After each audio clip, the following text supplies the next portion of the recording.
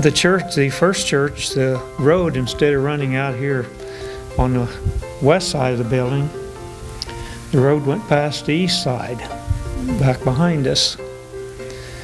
But it was also a part of the United Brethren on a circuit with 3 other churches. So the pastor would spend one Sunday morning, one Sunday night here and come and preach.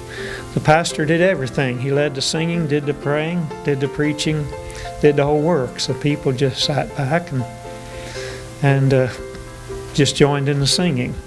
Came to a point where it was almost no church at all. Because in right around 1960, 61, 62, the attendance then got down to about 6 or 8 people, and they considered just closing the doors. But they hung in there, and then a few more people started coming. And then by 1963, they were running probably close to 20. Then they got to be without a pastor at all. Ray worked for my dad, and he came home one day at noon for a dinner, and he said he had some men to come to visit him down at work. And so he said they wanted to know if I would be interested in coming and pastoring a church called Salisbury. And of course Ray said, I didn't know where it was at. And so he came home and said something to me about it, and he said, I don't think we'll go. And because we were really working at Wells Chapel Church, that was our church, and we've seen a lot of things happen. I said, it wouldn't hurt for us to go and for you to preach one Sunday, because they don't have a pastor. And I said, it ain't going to hurt us to go one Sunday. And so we decided we would call them and tell them that we would come one Sunday and preach. Ray would. We came here in October of 1963 to begin pastoring this church. That Sunday, or when we started pastoring here, as we said, our children were small. And there was a little boy here at that time, was about 2 years old. And he's been in this church ever since. And his name's Scott Sims. So we got to see Scott grow up in the church as a little rascal of a kid, and grew up into high school and sowed a few wild oats.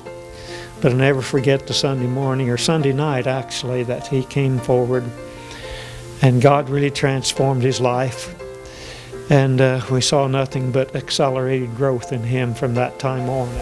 We had pretty steady growth through the years. Of course, when we came here, they was hurrying them to run 20 people. Mm-hmm. And our peak year was 1972, when we averaged 172 in worship. Then it kind of dropped back to when we stepped down in 91, we were averaging about 110. Ray Finney was the only pastor I ever knew until I left for Liberty University in Lynchburg, Virginia back in the early 80s. But it's been a place that has groomed and nurtured my faith for years and years. As I realized God's call upon my life, that I was not going to spend my life on the farm, I never really expected to come back to Salisbury to become pastor or even to be long-term involved in ministry, but it's just how God works sometimes, and doing things that we don't expect. So as I finished seminary in 1992, started at Salisbury as the pastor that January.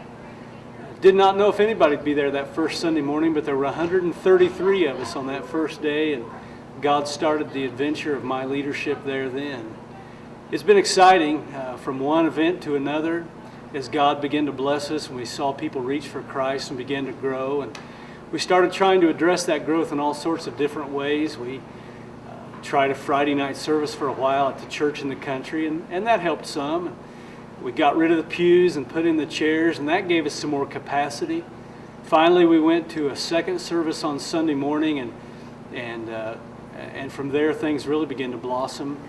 That second service grew, and a time came when it was out of room, and we made the decision to bring that service out of the country into the auditorium here at high school. And Didn't find out until later that there were some people who thought that idea was kind of crazy but didn't say anything. But it wasn't long that we were here, but we recognized that God was doing some neat things. Continued to touch and bless people at the service in the country, and we were thankful that that was there. God was working here in some different ways than He had worked in the country, and what a blessing it was as all of a sudden ministry just began to unfold in all sorts of ways. Until we finally got to the point where even this room was not large enough, and we began to search for other options. And ultimately that led us through a gracious offer by Butch and Carol Grimes, and as you all know, we're headed in that direction to take this service out of the high school and to move it into that building. So we'll continue as a very vibrant and healthy two-campus ministry as our folks who prefer a traditional style of worship gather under Ray Finney's leadership there at Hutton in the country, and this service at the high school will soon cease to be here, but just moving into some new confines, and we're excited to see the kind of growth that will allow us to unfold there. Finally, there's going to be some room and some space for us to unfold some ministries that we just haven't been able to do while we've been here at the high school. It's been a blessing, and we're thankful for it, but it's time to take that next step and to see God unfold some more things about what we're passionate about.